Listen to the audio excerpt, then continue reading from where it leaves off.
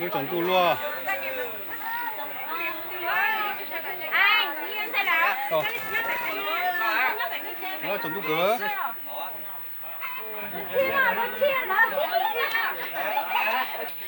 Rồi bây giờ chín mày chưa? Bây giờ mày chưa?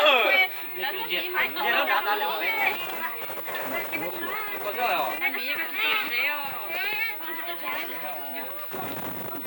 đi tổng thế nào còn nhà thì tao nói thiết hậu này đó tiếp là tao Đấy, có. cái số tí tha Tao lo à? em đi làm bán đấy Nè, ao đục kè đi.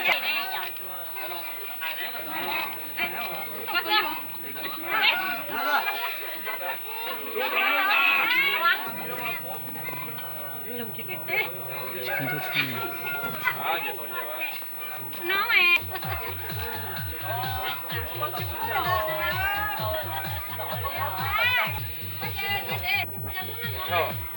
Rồi kho cho nó.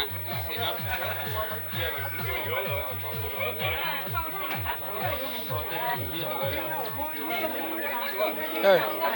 Đó.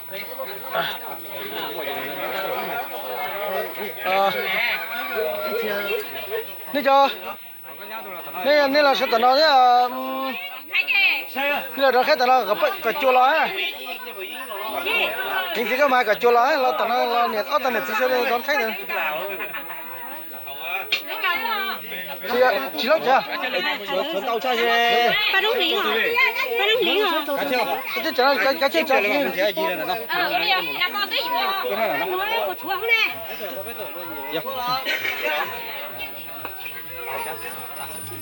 ra còn là rồi nhá nó này sao Lịch chợ đi. chưa chưa chả nó có cái chân đèn thâu chứ có thể nó sờn này chưa cháy thì mà chúa cơ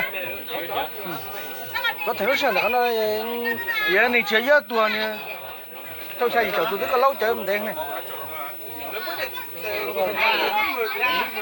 lấy con tàu lấy con tàu Nghe tôi tưởng đây nào.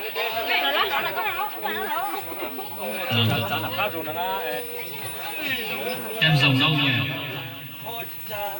Sang bên này để chỉnh sửa loa đài này.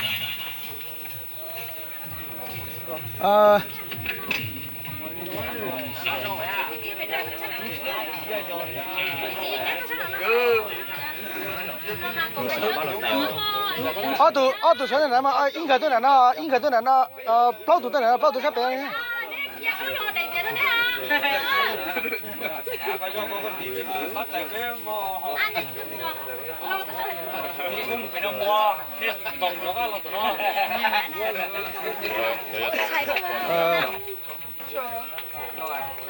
này được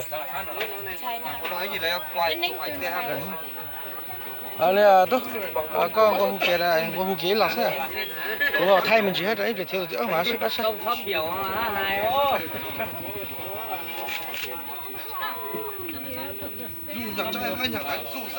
Chỉ có mù là mù chơi đôi là chơi à.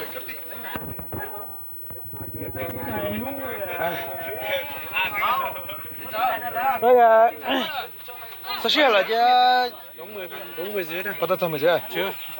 Đúng 10 dưới. Vì sao à? Sao xí đâu à? Xuân Nam Phú này bây giờ Xin đấy. Đúng 10 dưới. đấy cái chỉ chả xí hở nó Cứ đóng giờ là nó có xin nó nó không thì cái chỉ tố tôi cả điều anh gọi này